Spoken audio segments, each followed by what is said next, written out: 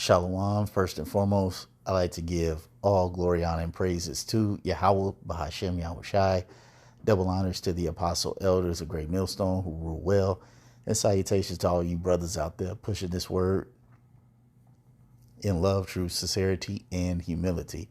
Once again, it's the brother Shot there from the Chicago camp, coming back to you with what I hope is another quick and edifying sit down. And I found this on TikTok, and it's with Glenn Beck. And this is heavy. This is a heavy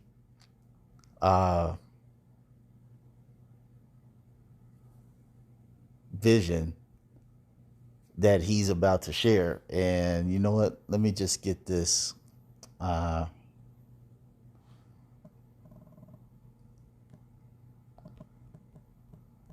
Poor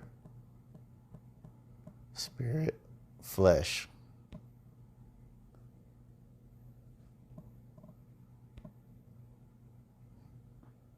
I think that's in Amos. Oh, Joel. Yeah, Joel 2:28. And it says, and it shall come to pass afterward that I will pour out my spirit upon all flesh, and your sons and your daughters shall prophesy, your old men shall dream dreams, and your young men shall see visions. Okay. And what Glenn Beck is about to tell you is an experience that he had probably about a decade ago. All right. And it was the way he narrates it and describes the experience, it led him to believe that it could only be this. So you'll see what I mean. It's about 8 minutes long, and I'm just going to let it play all the way through. This is something I have to just let play all the way through. All right, so let's let this play. I never ever thought I would talk about this on the air, but I feel compelled to tell you that seasons have changed again, and it is becoming more and more apparent, and you need to know what you're dealing with. We keep thinking that this is a political thing. It is not a political thing. I never thought I would share this, and take from it what you will. I mean, you can dismiss it. I never have. If you are a longtime listener of this program, you know that one of the reasons I left New York, besides the whole thing was going to burn itself down, was I had a medical condition. Part of it was brought on by no REM sleep for about 10 years. I actually found this to be very advantageous because I could get so much done because I just couldn't sleep. And for 10 years, I never had a dream. That's not good for your body. And so I was really kind of broken down when I moved here. I feel much, much better and having dreams again, et cetera, et cetera. However, during this period, I had what could be described as a dream. I do not believe it was, but you might just say, well, that's ridiculous, whatever. In this dream, I come to in this dream, and I am in a hallway of the White House. And I'm walking into a big room where there's a bunch of cubicles, and people look up like, who's walking in? And there are people behind me, but I don't know who they are yet. I just know I'm being pushed forward by them. The people are at the cubicles, and they look over the cubicle first at me, and then their eyes dart to the people behind me and then dart right back down. And I realize everybody in the White House is terrified of who's ever behind me. I kind of glance back, and I see these people that are in uniforms that I've never seen before. I have seen them since, but that will be for some other time. But I'd never seen these before. And we're being pushed through this place, and then we go into a room like the Situation Room, okay? Big conference room, presidential, and it's me and about 3 other people. And we're sitting down at that conference room table, and we were told just to wait there. So we do, and we start talking about, I don't think this is going to be good. That's when 2 other people walk in, and they were clearly identified in the dream. However, I'm not sure anymore that image was anything other than helping me relate to what I'm about to tell you. So the one guy, when they open the door, these guys in the uniforms are in the hallway, and the one guy says, him, and him, take him out. And they get up and look at me, and I'm the only one sitting at the table still, and They go out, the guards close the doors, and I'm now alone with these two people that are clearly in charge of something. They're not political. They're not in a political position. It didn't feel like, it wasn't the president or anything like that. And they are standing there, and then I hear 3 gunshots. And they said, yeah, that happened pretty quickly for them. However, we're going to get to know. And I said, okay. And they said, because you really have no idea who you're dealing with. And that's when one of them reached under like a Mission Impossible mask and ripped off his face. And he was Satan. He was a demon. Okay. Horrifying. I wake up. This was so vivid that I didn't tell anyone for months, and not even my wife. And it bothered me deeply. And I didn't know exactly what to do with that information. And about a year and a half went by, and it still was with me almost every day. Something you just don't forget. And I get a call from a guy who is, you would know his name, big spiritual leader. And he calls me. He says, "Can you come to my house? I need to talk to you." And I said, "Okay, sure. When?" And he said, "As soon as possible." I said, "This weekend?" "Okay." He said, "Yeah."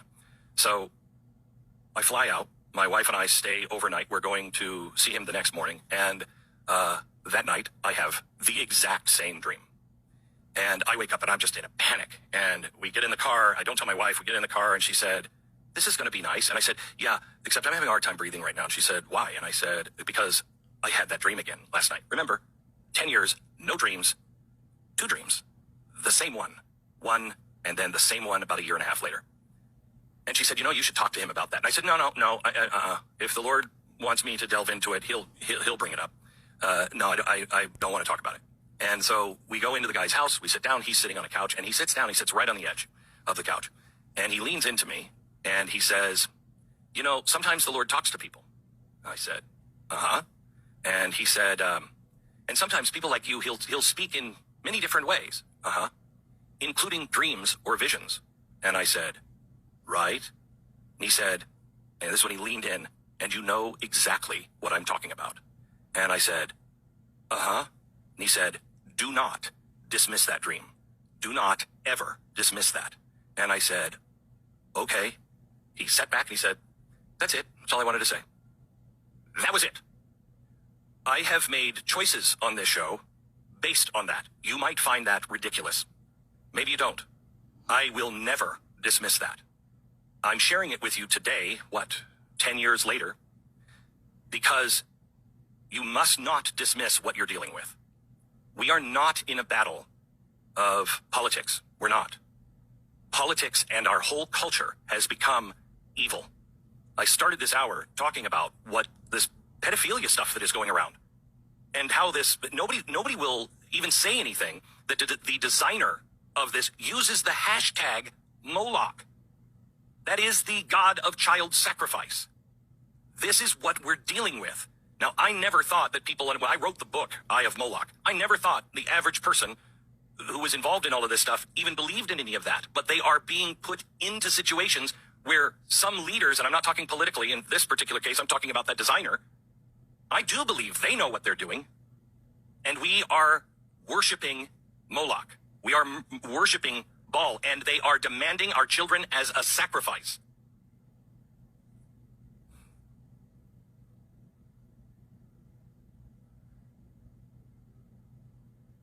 You have to get to a point to where you are going to choose a side. There will be no one left on the benches. And if you think you can sit it out, you will end up on the wrong side. I urge you to know who you serve. This is a different time in human experience. This is not normal. None of this is normal. And it has been coming slowly in dribs and drabs, but for those who are really paying attention, it's methodical. And it has taken a extremely disturbing turn. We're no longer talking about issues of, tax policies and how big the government should be. We're not talking about those things anymore. We are talking about the erasing of the fundamental right for you to choose between good and evil. You're being coerced right now to accept one side. That is taking away your freedom of choice. That is God-given. Satan's plan was the other one. I'll go down. I'll return them all. Just give me the glory. I'll make the decisions for them. You have to start reading the news with spiritual eyes. I also urge you to start getting yourself back into the fold, whatever fold it is, of God. Get back to a place to where your eyes and ears are attuned to the Spirit, because you will not make it through this storm without it. As I used to say, there will come a time where you have to be so in tune. If the Spirit says, stop, turn around, go the other direction, you don't question it, you do it. And unless you start listening to it now and developing that muscle, you will not stop in time. Please, we are in different times. For years, Stu is one of... I said that was heavy. I would have loved to stop, in each segment and put some scripture in there. But, I mean, what Glenn Beck said was heavy. And there's a lot of outlets you can, ways you can go about this. But basically, according to his dream or vision, okay, this is what he was trying to express.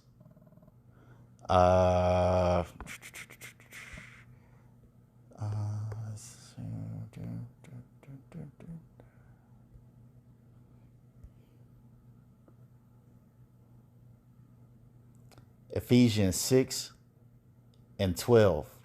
And it says, for we wrestle not against flesh and blood, but against principalities, against powers, against the rulers of darkness in this world. Okay, you heard he said he went into the place. All the eyes looked up at him and who was behind him, and they were terrified. Then he went into the room. 3 guys got taken out. They got deleted. And the guy asked him, you truly don't know who you dealing with. Basically, you don't know what's going on. You don't know who he's dealing with. And then he revealed his true self. And he was like, holy shit, it's basically a demon. Okay. It says, but against principality, against powers, against the rulers of darkness in this world. Okay. And who are the people who are the physical, spiritual counterpart of Satan? The so-called white man. Okay. This guy is a true demon. Okay. And it says against spiritual wickedness in high places. He said whoever these guys were, they were pretty up there. And they weren't elected officials. And they were at the White House. So these guys, whoever he was dreaming about, these guys were up there. Very, very high up there.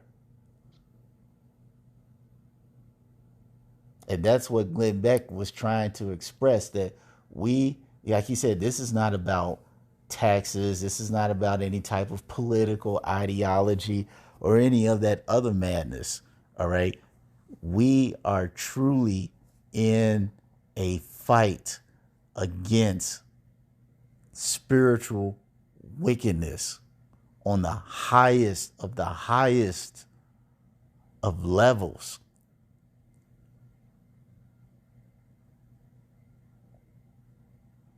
And like Glenn Beck said, he's like, this is really what's happening in the world. And he's, as he said, he's like, this is not something that you can just idly sit by and just watch go by. He's like, you ain't nobody gonna be on the bench. You will be on the side. And that reminded me of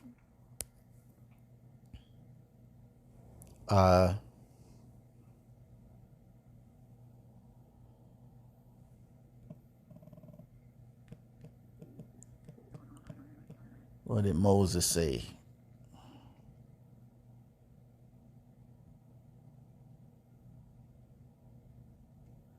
Deuteronomy 30 and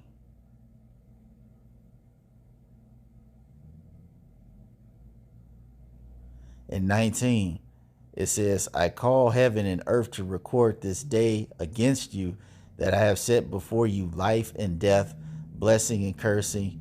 Therefore choose life, that both that thou and thy seed may live. Now we know, granted, this is talking about the Israelites, all right, but at the same time, the principle of it holds very true. Like there is no in between. You got to choose life or you're going to choose death. And as Glenn Beck said, the way this world is operating, people are being coerced into choosing one side and they don't even know it. And that reminds me of what's in 2 Corinthians 2, 2:11, 2:10. And it says, lest Satan should get an advantage of us, for we are not ignorant of his devices.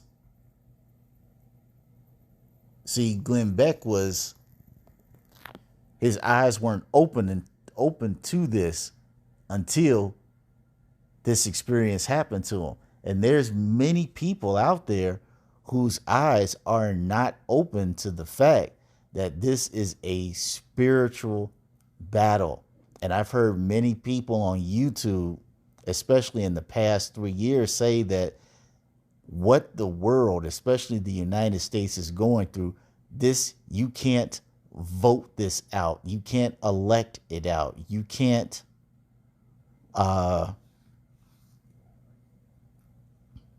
build yourself out. You can't buy yourself out. They start to express the same sentiment, like this is a spiritual battle. It can only be fought with spiritual things. It's only a righteous spiritual mindset in response is going to turn this thing around. That's basically what Glenn Beck is getting at. And in the end, he said, you basically, you better get right with God, and you need to find what's going to keep you in tune. You need to find out what's going to keep your eyes open to the things that are going to be happening in this latter time. And that reminds me of, we all know what I'm going to get.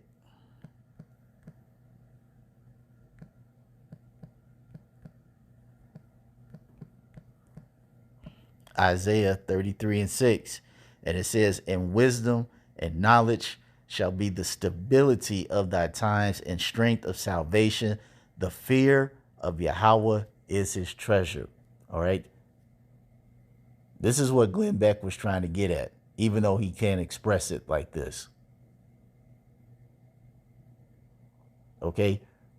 This faith, the truth,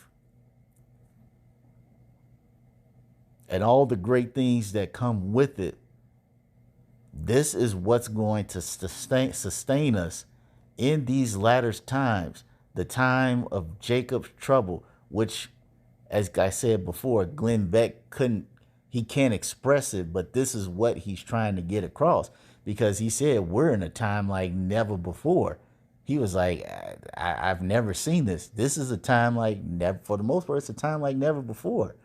And we are going, he's describing like we're going into Jacob's trouble. We're coming into a time where the Lord said, this is going to be worse than any time in human history. We're coming into a point in human history where the absolute worst of the Lord's judgment and the absolute worst of people will be doing the most absolute worst of things. All these things will be happening all at once at the same time, not just to the Israelites, but into the entire world.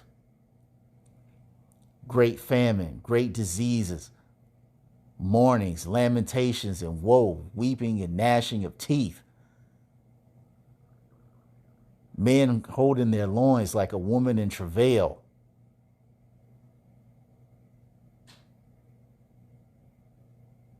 Sword, famine, pestilence, death, all these things will be transpiring all at the same time, at its peak, soon to be its peak, its climax.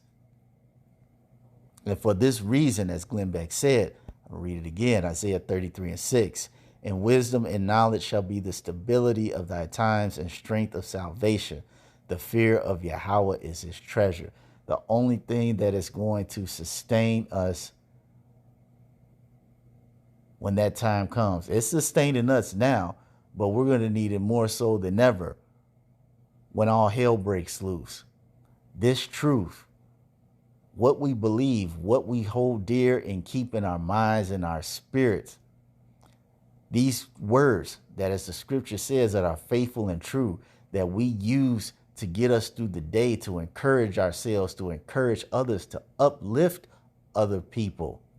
This is what's going to sustain us in this latter time, because there are going to be a lot of people, as Glenn Beck said, they are completely clueless to what's going on.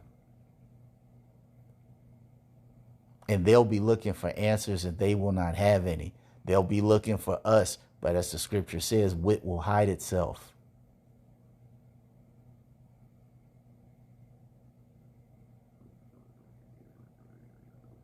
This is what we are going to have to rely on in these times. And he's not lying. He just doesn't have the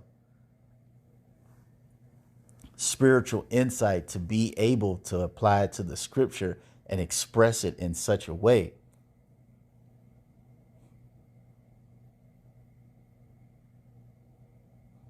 But this is what we're going to need in these latter times.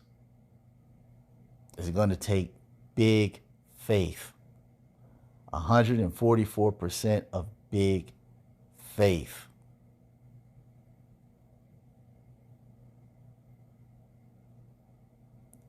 And I pray that myself, and the brotherhood and the folks that are sincere and trying to learn and be a part of that number, hey, I hope we all make it. I honestly do. So that's all I want to say on this. I hope you all were edified. Until the next time, we're going to say shalom.